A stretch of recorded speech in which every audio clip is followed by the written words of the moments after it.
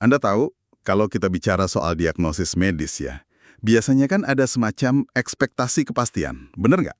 Iya, ada presisinya, kayak ilmu pasti gitu lah. Nah, persis. Anda jatuh, lengan Anda patah, terus mesin rongsen langsung ngasih lihat garis putih yang jelas banget di tulang Anda. Dan dokternya tinggal nunjuk layarnya terus bilang, nah itu dia masalahnya, retaknya di situ. Sangat biner ya. Bener.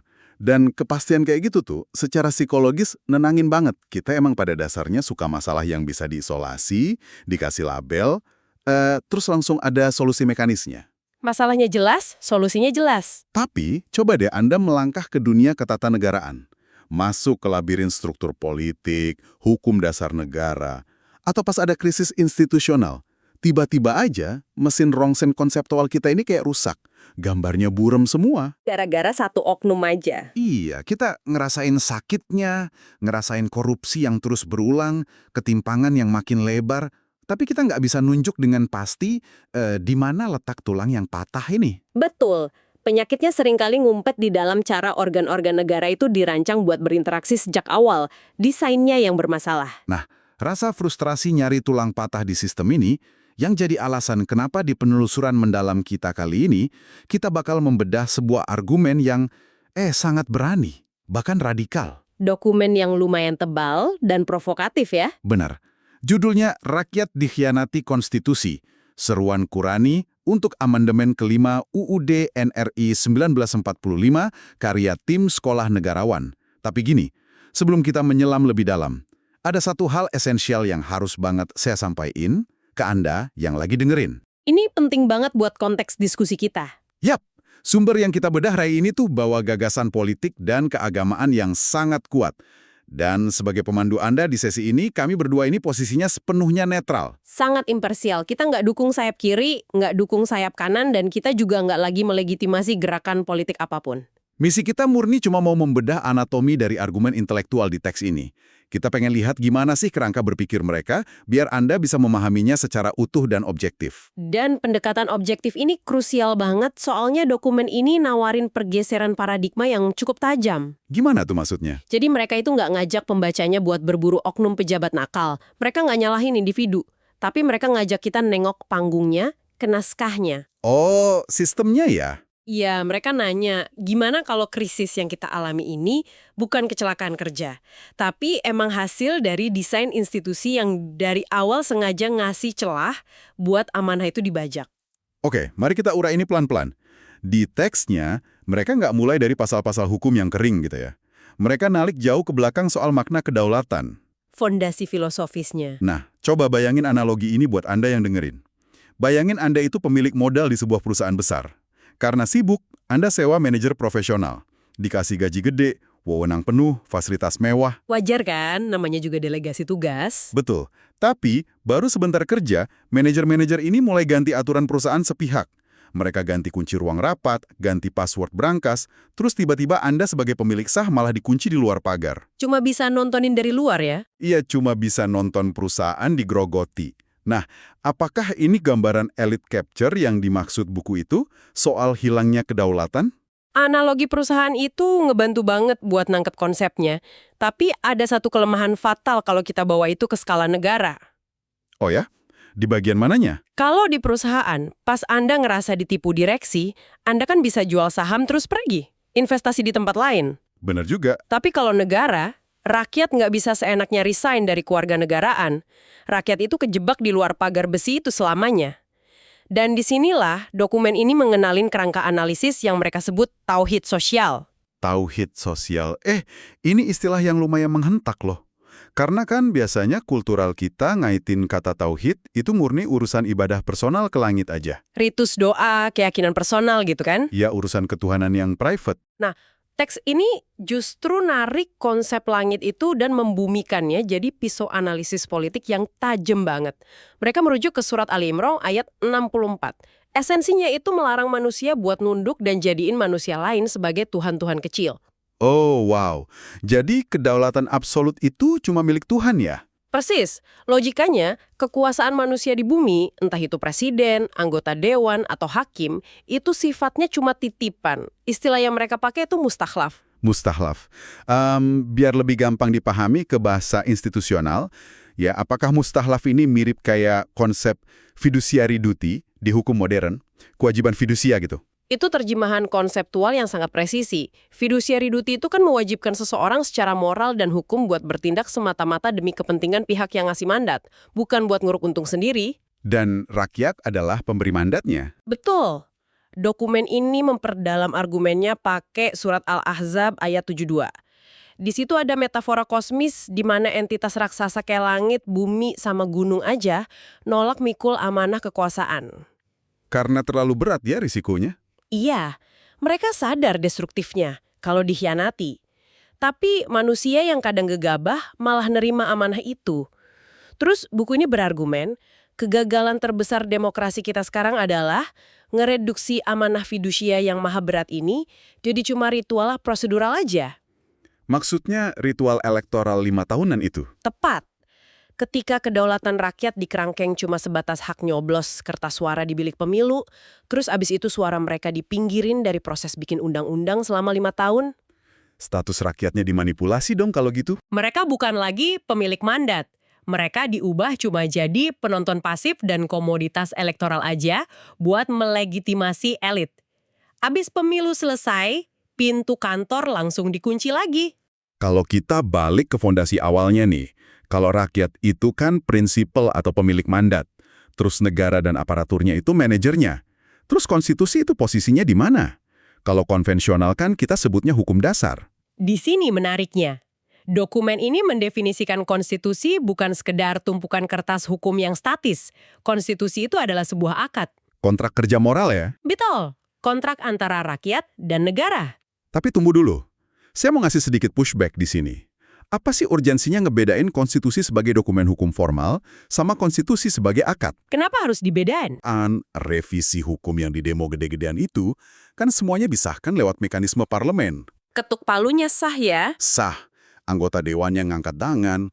Kalau semua legal secara prosedur, letak pengkhianatannya di mana? Nah, klaim pengkhianatannya itu justru muncul dari ruang kosong antara legalitas formal dan keadilan substansial. Ini jantung penyakit strukturalnya. Autokrasi legal ya istilahnya. Iya, di mana hukum itu nggak dilanggar, tapi hukumnya sendiri dirancang ulang buat ngelayanin segelintir elit. Teks ini ngebedah fenomena itu pakai kacamata fiqh muamalah. Hukum interaksi sosial ekonomi Islam itu. Benar, dalam fiqh muamalah, sebuah akad atau kontrak itu nggak otomatis suci cuma gara-gara ada tanda tangannya. Jadi legalitas prosedural nggak selalu ngelahirin legitimasi moral. Nah, itu dia. Kalau konstitusi kita memungkinkan elit partai memonopoli pencalonan presiden, atau parlemen bisa ngebut ngesain undang-undang tanpa partisipasi publik yang beneran, berarti rakyat kehilangan instrumen koreksi. Kontraknya cacat dari awal. Persis. Kalau satu pihak bisa ngubah pasal seenaknya dan yang lain dibungkam, itu namanya institutional failure, kegagalan sistemik. Hukumnya malah dipakai jadi senjata buat matiin kedaulatan ya. Ngomong-ngomong, dokumen ini juga banyak merujuk ke pendapat Syekh Wahbah Az-Zuhaili kan soal ini. Betul banget. Beliau tuh ngasih landasan teologis yang sangat membebaskan. Beliau misahin tegas antara ranah ibadat yang sakral dan kaku dengan sistem politik.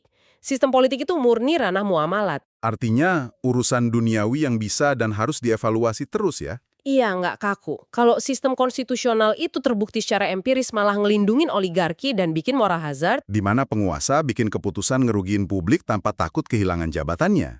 Nah, kalau udah gitu, mempertahankannya justru melanggar hukum agama menurut analisis ini. Ini ada kutipan yang nancep banget dari budayawan Cak Nun. Di dalam teksnya, beliau bilang gini, rakyat menggaji aparatur negara untuk melindungi hidupnya.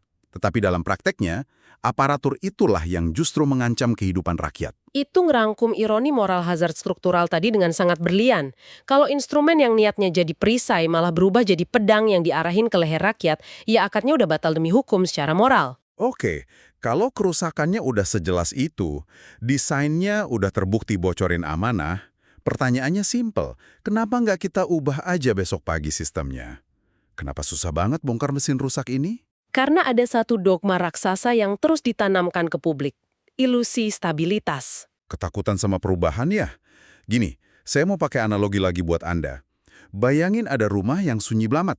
Nggak ada suara piring pecah, nggak ada teriakan dari jalan. Kalau lewat depan pagarnya kelihatan damai banget ya. Kelihatannya stabil.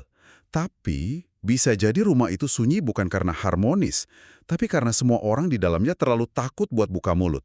Tapi, bukannya dalam tradisi agama tuh kita diajarin ikhtiyat ya? Bersikap hati-hati, jaga ketertiban? Nah, analogi rumah sunyi tadi itu ngebuka perbedaan filosofis yang tajam di buku ini. Emang benar jaga ketertiban itu penting, tapi fikih membedakan secara tegas antara ikhtiyat dan jumud. Apa bedanya tuh? Ikhtiyat itu kehati-hatian rasional buat ngelindungin diri dari bahaya nyata, kayak ngecek rem sebelum jalan turun gunung. Nah, kalau jumud, itu kemandekan gara-gara lumpuh berpikir. Contohnya gimana? Kalau Anda diam aja di dalam rumah yang lagi kebakaran karena takut kesandung pas lari keluar, nah itu bukan ikhtiyat, itu jumud. Masuk akal. Dokumen ini bilang nolak amandemen karena takut risiko jangka pendek. Padahal ngebiarin struktur negara dikuasai oligarki permanen, itu salah ngitung risiko. Dan mereka pakai istilah bahasa Arab buat salah ngitung risiko ini kan? Soal takdir, salah memperkirakan dampak jangka panjang. Mereka juga ngutip surat Al-Baqarah ayat 205, Tentang apa itu? tentang profil penguasa yang ngerusak tatanan di bumi, tapi sembunyi di balik narasi perbaikan atau ketertiban. Stabilitas tanpa keadilan menurut buku ini, itu cuma kekerasan struktural yang dilembagakan. Stabilitas semu ya? Nah, karena tahu ini bom waktu, tim sekolah negarawan kan nawarin solusi konkret nih. Amandemen kelima UUD 1945. Dan mereka nyebut ini tuh bukan makar, tapi islah. Islah, perbaikan, pemulihan akad yang dikhianati tadi. Tapi saya harus nantang argumen ini pakai realitas sejarah bangsa kita. Kita ini kan punya trauma kolektif soal gonta-ganti konstitusi. Dulu di era Orde Baru, supremasi MPR dipakai buat ngelanggengin kekuasaan sampai 32 tahun. Betul, traumanya masih kerasa. Jadi gimana buku ini meyakinkan kita kalau amandemen kelima ini nggak bakal jadi alat buat elit baru numis aturan semau mereka lagi? Gimana mereka balikin kedaulatan ke tangan Anda yang lagi dengerin ini? Disinilah kajiannya masuk ke mekanika ketatanegaraan murni. Mereka berargumen kelemahan konstitusi kita sekarang itu karena masih banyak celah atau loophole yang ngelanggengin kartel politik. Celah yang bikin elit party punya wewenang absolut ya. Nentuin capres sendiri, ngesahin undang-undang sendiri. Persis, publik disuruh milih, tapi pilihannya udah didikte duluan sama elit. Nah, amandemen kelima ini bukan buat balikin kekuasaan ke satu lembaga kayak MPR dulu, Terus tujuannya apa? buat ngebongkar penyumbat demokrasi. Misalnya, fungsi DPD atau utusan golongan diperkuat biar jadi penyeimbang yang nyata. Biar checks and balancesnya beneran jalan, wakilin lanskap sosial dan wilayah, bukan cuma warna partai. Bikin sistem anti pembajakan di dalam konstitusinya. Iya, dan buku ini bilang sejarah kegagalan masa lalu itu nggak boleh jadi alasan buat beku dalam ketakutan. Kalau generasi sekarang tahu fondasi rumahnya retak, tapi nolak renovasi karena trauma masa lalu, ya mereka warisin gedung mau rubuh ke anak cucu. Mengutip surat Ar-Ra'd ayat 11 ya, Tuhan nggak ngubah nasib suatu kaum kalau kaum itu nggak gerak ngubah strukturnya sendiri.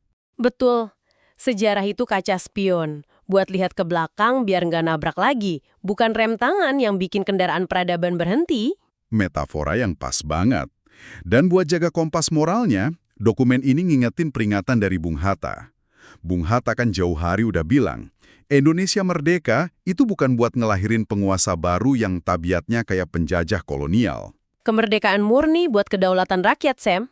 Terus ada punchline dari Cak Nun lagi di akhir, yang bikin penguasa nggak sakral lagi. Kata beliau, kalau rakyat yang bayar, rakyat yang berhak memanggil presiden. Ini kuat banget. Di kerangka tauhid sosial, presiden itu sejatinya ya cuma buruh, pekerja kontrak 5 tahunan yang dibayar pakai uang rakyat, bukan raja yang tabu dikritik. Kalau pekerja kontraknya gagal jalanin kewajiban fidusia, ngerusak perusahaan buat kroninya, ya pemilik modal berhak nulis ulang kontrak kerjanya. Itu esensi dari seruan amandemen kelima ini.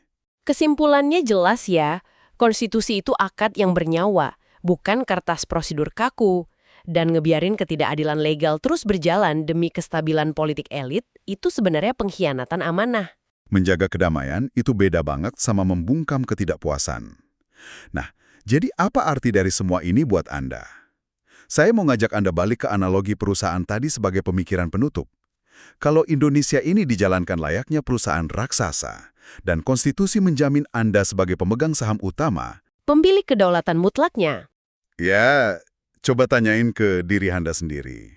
Apa yang bakal Anda lakuin kalau direksi yang Anda bayar pakai uang pajak Anda tiba-tiba nyabut saluran layanan pelanggan ngunci pintu rapat, bagi-bagi dividen cuma ke kroninya, dan bilang Anda baru boleh komplain 5 tahun lagi di kotak suara. Apakah Anda bakal nunduk, diam aja ngebiarin aset Anda dirampok demi ilusi stabilitas? Ataukah Anda bakal kumpulin pemegang saham lain dan merombak total kontrak kerjanya?